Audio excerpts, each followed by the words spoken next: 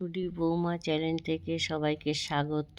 আমরা তো ভালো আছি, আপনারা সব কেমন আছেন? আমি আজকে মূলোর নতুন একটা রেসিপি দেখাচ্ছি। তার জন্য তো মূলো লাগবে, সাদা মূলো হলেও হবে, লাল মূলো হবে। তা আমি সাদা মূলো দিয়েই দেখাচ্ছি। মূলোর তো অনেকে অনেক কিছু খেয়েছেন, তা এটা খেয়ে দেখবেন। তার জন্য মূলোরগুলোকে ভালো করে ধুয়ে তারপরে এরকম করে কুড়ে নিতে হবে একটু। কুড়ে নেওয়া হয়ে গেলে মূলোটা সব কুড়ে নিলাম, নিয়ে এবার কড়ার মধ্যে না, আর মূলোর এই জিনিসটা, মূলোর সবাই ঘন্ট খেয়েছেন, মূলোর ডালনা খেয়েছেন, মূলো শুক্তোতে মূলোর দিলে ভালো লাগে, কিন্তু এই জিনিসটা খেয়ে দেখবেন, খেতে অন্য রকম স্বাদ লাগবে। তার জন্য আপনারা আমার সঙ্গে থাকতে হবে, যে কি করব এটা দেখবেন। এবার আমি কড়াতে অল্প তেল গরম করে শুকনো লঙ্কা, ধনে আর জিরে একসঙ্গে এটাকে ঝিমে আঁচে না ভাজতে হবে। বেশি জোরে দিলে পুড়ে যাবে। আর যেহেতু অল্প মশলা, এটা তো আমি মিক্সারে দেবো না, শিলনোড়ায় দেবো। আর কড়াতে আরেকটু তেল দিয়ে কালো জিরে ফোড়ন দেবো। কালো জিরে দিয়ে আর ওই মূলো কুড়ে যেগুলো রেখেছি ওগুলো দিয়ে দেবো। আর দেখুন, পুরো মনে হচ্ছে যেন নারকোলের ছায়ের মতো, সাদা নারকোল যেমন হয় পুরো ওরকম লাগছে। আর এটাকে ভালো করে আর কি কষতে হবে, যাতে মূলোতে একটা জল থাকে না, ওই জলটা যেন শুকনো হয়ে যায়। এদিকে আমি এটা করে, আর এদিকে শিলে আমি ভাজা মশলাগুলো পিষে নেব। আর বেশি মিহি করব না। আর ভাজা মশলা না যখন এটা তখন কড়াই ভালো করে রাখলে কী হয়, সেন্টটা আর কি চলে যায়। আর এমনি শুকনোতেও করি, এটা একটু তেল দিয়ে করলাম কেন এর স্বাদ একটু আলাদা হয়। আর এর মধ্যে আমি একটু হলুদ, নুন আর সামান্য কয়েকটা দানা চিনি দিয়ে দেবো।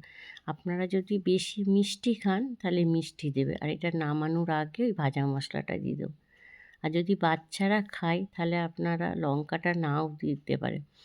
আর ওইটা না আমি এবার ময়দাটা মেখে আর পুর করে ওর মধ্যে দেবো। এটা আপনারা ভাতের সঙ্গেও খাবেন, গরম ভাতে খুব ভালো লাগে। নিরামিষ যেদিনকে রান্না হবে সেদিনকে করে দেখবেন, খুব ভালো লাগে। আর এগুলো আস্তে আস্তে ভরতে হবে, আর বেলতেও হবে আস্তে আস্তে, নাহলে পুরটা চলে যাবে আর কি, বেরিয়ে যাবে। আর দিয়ে এটা আপনারা রুটি বা পরোটা করেও খেতে পারেন, আবার বাটার দিয়েও ভেজে খেতে পারেন, ঘি দিয়ে ভেজে খেতে পারেন। আমি করব সাদা তেল দিয়ে। যার যেমন ইচ্ছা সে তেমন খাবে।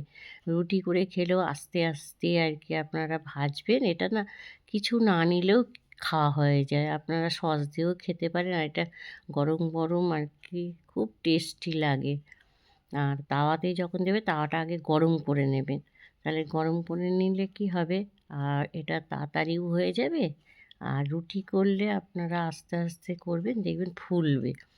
আর আর এর জন্যে যদি চাটনি খেতে চান যারা, তাহলে ধনেপাতা, তারপরে একটু রসুন, কাঁচা লঙ্কা, একটু আদা পেস্ট করে ওর সঙ্গে একটু লেবুর রস দেবেন, খুব সুন্দর লাগে। আর যারা হলো দিয়ে খাবেন, সস দিয়ে খাবেন, হ্যাঁ, খুব ভালো লাগে। আর যদি ভালো লেগে থাকে তাহলে আপনারা লাইক, কমেন্ট, হ্যাঁ, শেয়ার করবেন। আপনারা যদি খুব যদি আর কি ভালো, আর এটা বাচ্চাদেরও দেবেন, বুঝতেই পারবেন না যে মূলো খাচ্ছে, কেন মূলোর একটা যে গন্ধ, এই গন্ধটা কিন্তু লাগবে না। আপনারা খেয়ে দেখবেন, খুব ভালো লাগে।